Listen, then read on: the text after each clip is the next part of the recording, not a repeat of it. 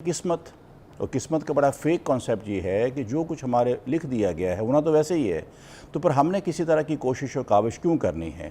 جب ایک لکھ دیا ہے کہ اس کو جو ہے نا وہ اس بندے نے مرنا ہے، لکھ دیا گیا ہے کہ اس بندے نے قتل ہونا ہے، لکھ دیا گیا ہے کہ اس بندے نے فیل ہونا ہے، تو پھر کوشش کا کیا اس کے اندر کردار کیا ہے؟ جیسے یہ بھی کہا جاتا ہے نا کہ انسان اپنی قسمت جو ہے اپنی محنت سے بدل سکتا ہے. بدل سکتا ہے. That's 100% right.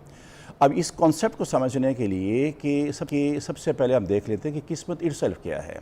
سائنس یہ کہتی ہے کہ 4 بنیادی فیکٹرز ہیں. ان میں سے کسی ایک فیکٹر کو بھی اگر آپ اگنور کرتے ہیں تو آپ اپنی ڈیسٹینیشن کو، اپنے ٹارگٹ کو اچیو نہیں کر سکتے. جس میں سب سے پہلی چیز ہے وہ گائیڈ لائن ہے. اور گائیڈ لائن کس چیز کی؟ گائیڈ لائن ایک تو یہ ہے ٹیچنگ ہے، ٹریننگ ہے، آپ کے مختلف طرح کے آپ کے ایکسرسائزز ہیں، ایک یہ گائیڈ لائن. لیکن یہ گائیڈ لائن تب میسر آتی ہے جب آپ کو یہ پتہ چل جائے کہ آپ کے اندر یہ کام کرنے کا نیچرل ٹیلنٹ بھی ہے کہ نہیں ہے. تو سب سے پہلے ہم نے بچے کا جو ہے اس بندے کا نیچرل ٹیلنٹ فائنڈ آؤٹ کرنا ہوتا ہے. اس ٹیلنٹ کی فائنڈنگ اگر ہو جاتی ہے تو اس کے نہیں سکلز نہیں ٹیلنٹ تو نیچرل ایبلٹی. لیٹس سپوز کہ آپ کے مسلز جو ہیں بڑے سٹرونگ ہیں، آپ مسلز کی بنیاد پر کیا کام کر سکتے ہیں؟ آپ کی وائس بہت اچھی ہے تو وائس کی بیس پر آپ کیا کام کر سکتے ہیں؟ آپ جو ہے آپ کی کیلکولیشنز بہت اچھی ہیں اور آپ اپنی کیلکولیشنز کی بنیاد پر کیا کیا کام کر سکتے ہیں؟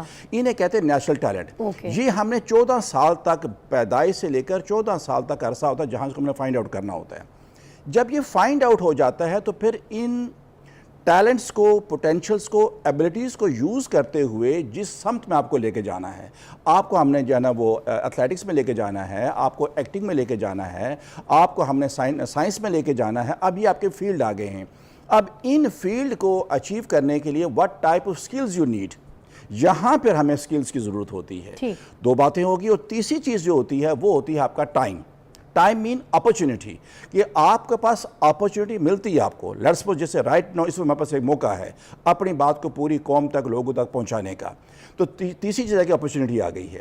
اگر بندے کے پاس اس کا گائیڈ لائن کر کے اس کی اگر آپ نے ٹیلنٹ فائنڈ آؤٹ نہیں کر سکے تو آپ وہ کہیں بھی جتنی مرضی وہ کوشش کر لے وہ کبھی بھی کامیاب نہیں ہو سکتا. سب سے پہلے آپ کا گائیڈ لائن ہوگی، پھر آپ کی سکلز ہوگی، پھر تیسری چیز آپ کو ٹائم ہو گیا، اور چوتھی چیز ہے آپ کی اکاؤنٹیبلٹی. جب آپ نے پرفارم کر لیا تو پرفارم کرنے کے بعد ہم فیڈ بیک کہتے ہیں کہ کہاں پر جو ہیں وہ فلاز تھے اور ان کو کیسے امپروو کیا جا سکتا ہے. اگر یہ 4 فیکٹرز آپ پورے کر لیتے ہیں تو دنیا کا کوئی شعبہ ایسا نہیں ہے جس میں آپ کامیابی حاصل نہیں کر سکتے. سر یہ بھی بتائیے گا کیا کوئی ایسا وقت بھی آتا ہے جہاں پر صرف محنت جو ہے وہ کافی نہیں رہتی؟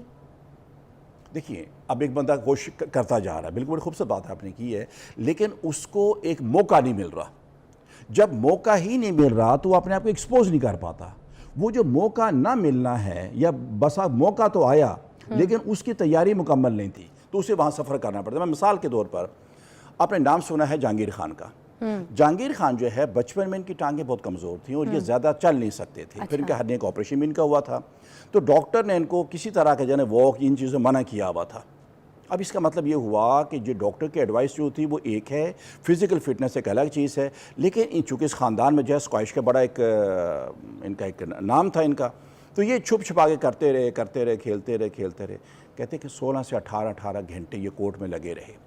اور پھر وہی جس کو چلنے سے، زیادہ دوڑنے سے منع کیا تھا، اس نے ورلڈ ریکارڈ کام کیا اور 555 کنٹینیوس میچ جیت کر ورلڈ ریکارڈ اس بندے نے قائم کیا. اچھا، سم ٹائمز آپ نے دیکھا ہوگا بہت سے کچھ ایکٹرز بھی ہیں اور کوئی ایسے بزنس مین بھی ہیں، کوئی ایسے انفلوئنسر بھی ہیں، بہت سارے ایسے اپنے اپنے شعبوں میں لوگ ہیں جو یہ کہتے ہیں کہ بھائی ہماری لک کام کر گئی، ہماری تو نہ شکل تھی نہ منہ متھا تھا، اس کے باوجود ہم کتنے آگے نکل گئے اور وہ بڑی شہرت حاصل کر چکے. اور جو حسین ہے، جمیل ہے، ٹیلنٹ ہے، اچھی ایکٹنگ کرتے ہیں، خوبصورت ہیں یا اچھا گاتے ہیں، ان لوگوں کو آگے جان سی تو وہ کہتے ہیں ہماری قسمت خراب ہے، وہ کہتے ہیں ہماری تو قسمت لے گئی ہمیں. تو لوگ بھی ان کے بارے میں کہتے ہیں یار ان کی لک ہے، ان کو بنا گئی. بہت سے لوگ شاہ رخ خان صاحب کے بارے میں بھی بولتے تھے، آپ کو پتہ ہے، although he is a superstar، مگر شروع میں لوگ ان کو یہی کہتے تھے کہ شاہ رخ کی صرف لک کام کی ہے ورنہ ایکٹر عامر خان زیادہ اچھا تھا. آپ نے سنا ہوگا یہ والی باتیں. تو یہ سب پاکستان میں بھی ہوتی ہیں، ہر جگہ ہر ملک میں ہوتی ہیں. تو اس میں کیا توازن ہے؟ اب یہ کس طرح سے ہم چیک کر سکتے ہیں کہ اس انسان کی صرف لک کام کر رہی ہے ورنہ بندہ بالکل کوئی کسی کام کا نہیں ہے؟ یہ بتائیں.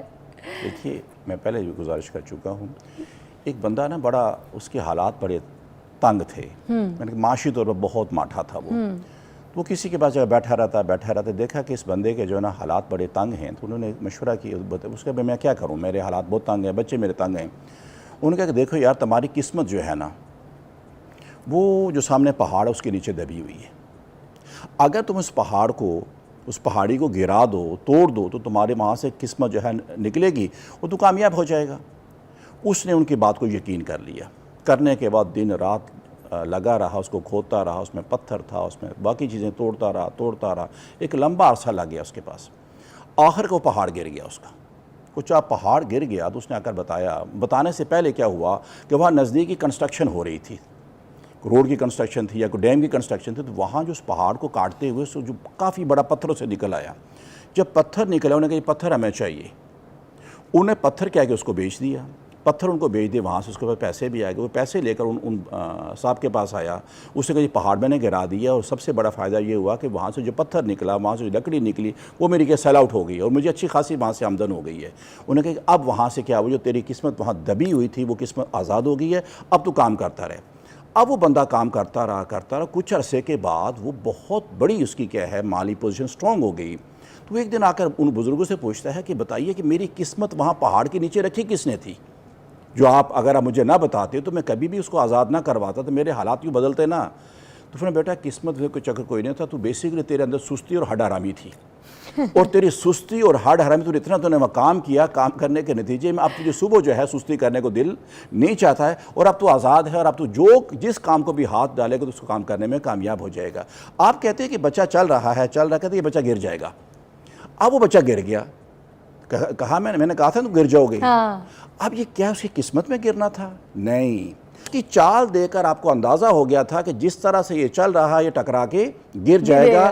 وہ ہمارے علم کی وجہ سے نہیں گرا، یہ بات سمجھیے گا، وہ ہمارے علم کی وجہ سے نہیں گرا بلکہ اپنے عمل کی وجہ سے گرا ہے۔ شاہ رخ بنا ہے تو اپنے عمل کی وجہ سے بنا، اپنے کام کی وجہ سے، اپنے مطلب کانسٹنٹ تھا وہ، اس لیے شاہ رخ خان۔